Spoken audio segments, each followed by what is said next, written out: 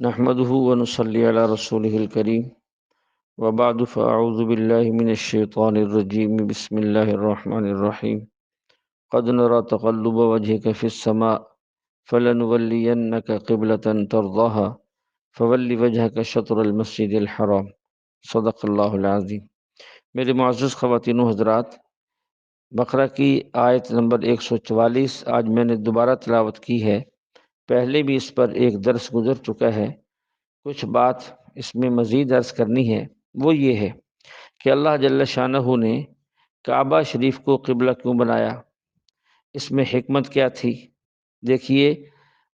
جو ہم کعبہ شریف کو منہ کر کے نماز پڑھتے ہیں یا سجدہ کرتے ہیں تو ہم کعبہ کو سجدہ نہیں کرتے، سجدہ تو ہم اللہ کی ذات کو ہی کرتے ہیں۔ لیکن اللہ جل شانہ کی ذات سمت سے بھی پاک ہے، جہت سے بھی پاک ہے، وہ ایسی چیزوں سے بالا اور برتر ہے۔ تو اس لیے مشرق وہ بھی اسی کی ملکیت ہے، مغرب بھی اسی کی ملکیت ہے، جنوب اور شمال بھی اسی کی ملکیت ہے، جیسے کہ اللہ خود فرماتے ہیں قل للہ المشرق والمغرب، کہ کہہ دیجئے کہ مشرق بھی اللہ کے لیے ہے اور مغرب بھی اللہ کے لیے ہے۔ تو نماز میں ایک اجتماعیت اور ایک وحدت کی ضرورت تھی کہ تمام انسان، تمام دنیا کے انسانوں کا رخ کسی ایک جہت ہو جائے، یہ اس کے اندر ایک حکمت تھی۔ اس لیے کعبہ شریف کو آخر کے اندر قبلہ ہمیشہ کے لیے مقرر کر دیا گیا۔ اور کعبہ شریف چونکہ سب سے پہلے حضرت آدم علیہ السلام نے تعمیر کیا تھا، وہ سب سے پہلے پیغمبر بھی تھے، سب سے پہلے انسان بھی تھے اور تمام انسانوں کے باپ بھی تھے۔ پھر اس کے بعد بھی اس کی تعمیر بعض موقعوں پر ہوئی، اور اس کے بعد پھر اس کو حضرت ابراہیم علیہ السلام نے تعمیر کیا، جس کا ذکر جو ہے پہلے پارے میں گزر چکا ہے، جن کو ان کے بعد آنے والی تمام قومیں مانتی تھیں۔ سب لوگ کہتے تھے کہ ہم ابراہیمی ہیں۔ اس لیے کعبہ شریف کو ہمیشہ کے لیے قبلہ مقرر کر دیا گیا۔ اس سے تمام مسلمانوں کی وحدت، اجتماعیت نماز کے اندر حاصل ہے کہ سارے مسلمانوں کا ایک ہی قبلہ ہے۔ اور اگر اس کا فیصلہ انسانوں پہ چھوڑ دیا جاتا تو بہت سے اختلاف ہوتے، کوئی کہتا کہ نہیں یوں ہونا چاہیے، کوئی کہتا اس طرف رخ کرنا چاہیے، کوئی کہتا اس طرف رخ کرنا چاہیے۔ تو اب لوگ اختلاف کرتے کہ کوئی کہتا شمال کو نماز پڑھی جائے، کوئی کہتا جنوب کو منہ کیا جائے، اور کوئی کہتا مشرق کو منہ کی جائے، کوئی کہتا مغرب کو۔ اب بیت اللہ کو جو کعبہ مقرر کیا گیا ہے، اس میں یہ بات بھی ختم ہو گئی، اس لیے کہ پوری دنیا کے لوگ چاروں سمتوں میں منہ کر کے نماز پڑھتے ہیں۔ یہ بات ہی ختم ہو گئی، یہ اختلاف ہی ختم ہو گیا کہ منہ ادھر کرنا ہے یا ادھر کرنا ہے۔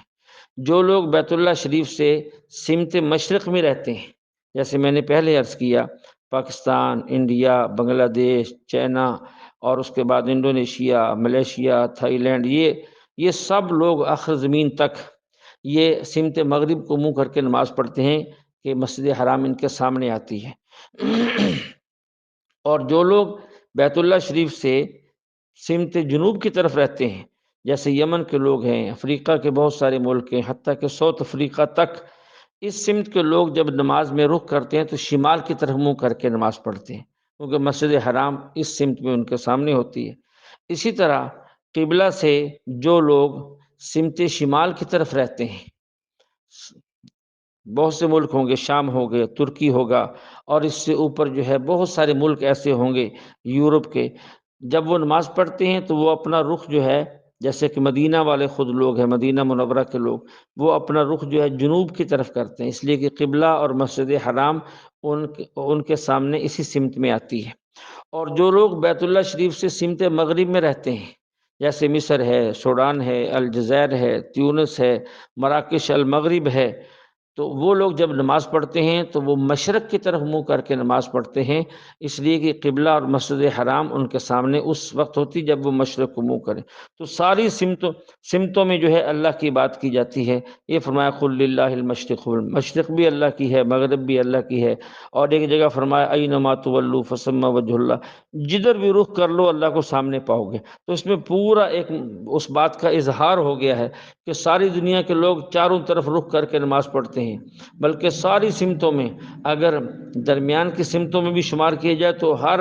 ہر بندہ، ہر ملک، ہر شہر جو ہے چونکہ دوسرے سے کچھ ہٹ کر ہوتا ہے، اس لیے وہ یوں جیسے مطاف کے اندر گول صفیں بنتی ہیں اور مکہ مکرمہ کے لوگوں کی مساجد جو ہے وہ چاروں طرف بیت اللہ کے ہیں، ایسے ہی ساری دنیا جو آباد ہے وہ بھی چاروں طرف ہے، اس لیے سیدھی سیدھی سمتوں کے اندر بھی بیت اللہ اور مسجد حرام سامنے ہے، اور جو دو سمتوں کے درمیان کے اندر جو حصہ آتا ہے ان کا رخ بھی جو ہے بیت اللہ اور مسجد حرام کو ہوتا ہے۔ یہ حکمت تھی کہ سارے لوگ ایک ہی قبلہ کی طرف ایک ہی جماعت بن کر اجتماعیت اور وحدت کے ساتھ جو ہے وہ اللہ کی بات میں لگ جائے۔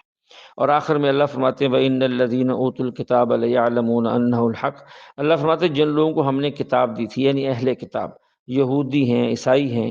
ان کو اس بات کا پتہ ہے کہ یہ قبلے کا بدلنا یہ اللہ کا حکم ہے،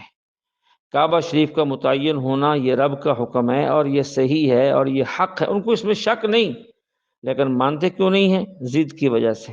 عناد کی وجہ سے اعتراض کرتے ہیں، حق کو جھٹلاتے ہیں۔ یہ بھی انہیں پتہ تھا کہ آپ علیہ الصلاۃ والسلام اللہ کے نبی ہیں، پھر نہیں مانتے تھے، یہ بھی پتہ تھا کہ آپ آخری نبی ہیں، پھر نہیں مانتے تھے، ان کی کتابوں میں آپ کی بشارت موجود تھی، پھر نہیں مانتے تھے، اور انہیں یہ بھی پتہ تھا کہ اللہ کے نبی جو کہتے ہیں وہ غلط نہیں ہے، وہ باطل نہیں ہے، وہ صحیح ہے، پھر نہیں مانتے تھے، یہ صرف ضد اور عناد کی وجہ سے۔ اللہ فرماتے وَمَا اللَّهُ بِغَافِلٍ عَمَّا يَعْمَلُونَ، اللہ ان کے اعمال سے، ان کی حرکتوں سے غافل نہیں ہے، اللہ کو سب معلوم ہے یہ کیا کرتے ہیں۔ اب اللہ کو یہ بھی معلوم ہے کہ یہ لوگ اپنے ضد کی وجہ سے جو کفر کر رہے ہیں اور جو بات نہیں مان رہے، جو حکم سے انحراف کر رہے ہیں، ان کو ان کے اعمال بد کی سزا کیا ملے گی اللہ کو یہ بھی معلوم ہے۔ اللہ جل شانہ ہمیں اپنے ہر حکم کے سامنے سر جھکانے کی توفیق عطا فرمائے۔ وآخر دعوانا ان الحمد للہ رب العالمین۔